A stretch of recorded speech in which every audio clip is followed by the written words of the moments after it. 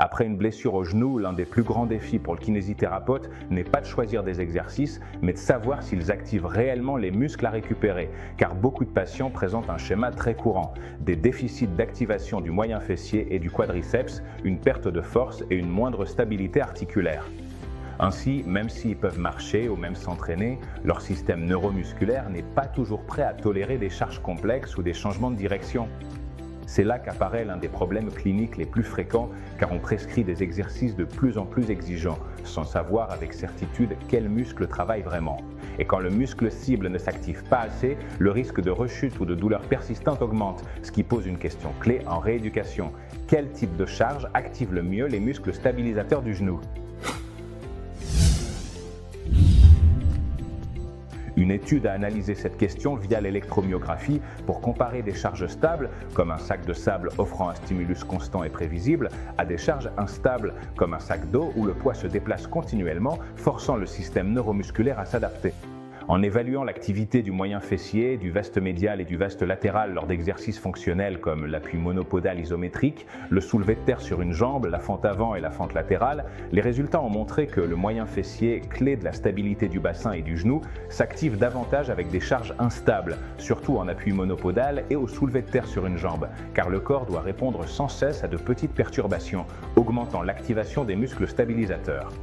Le vaste latéral a aussi montré une plus grande activation en instabilité, surtout au soulevé de terre sur une jambe, car le contrôle de l'équilibre exige de stabiliser hanches, genoux et chevilles simultanément, tout en évitant les déviations latérales.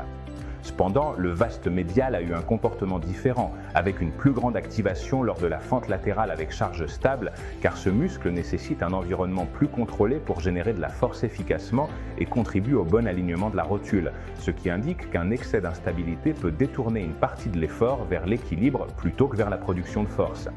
Tout cela renforce une idée fondamentale. Il n'existe pas d'exercice idéal unique, car le type de charge modifie totalement la réponse musculaire, les charges instables étant plus utiles pour stimuler la stabilité et la coordination, et les charges stables plus efficaces pour développer la force et le contrôle technique du mouvement principal.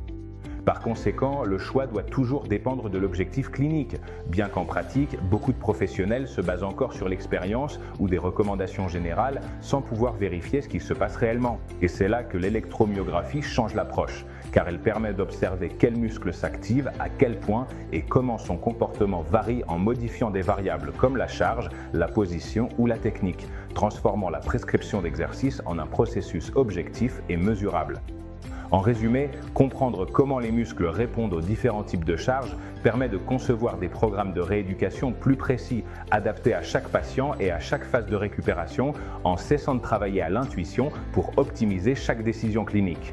Et cela vous oblige à vous poser une dernière question: combien d'exercices que vous utilisez, surtout avec des charges instables, activent réellement le muscle visé ou modifient-ils simplement le schéma d'activation sans que vous le sachiez ?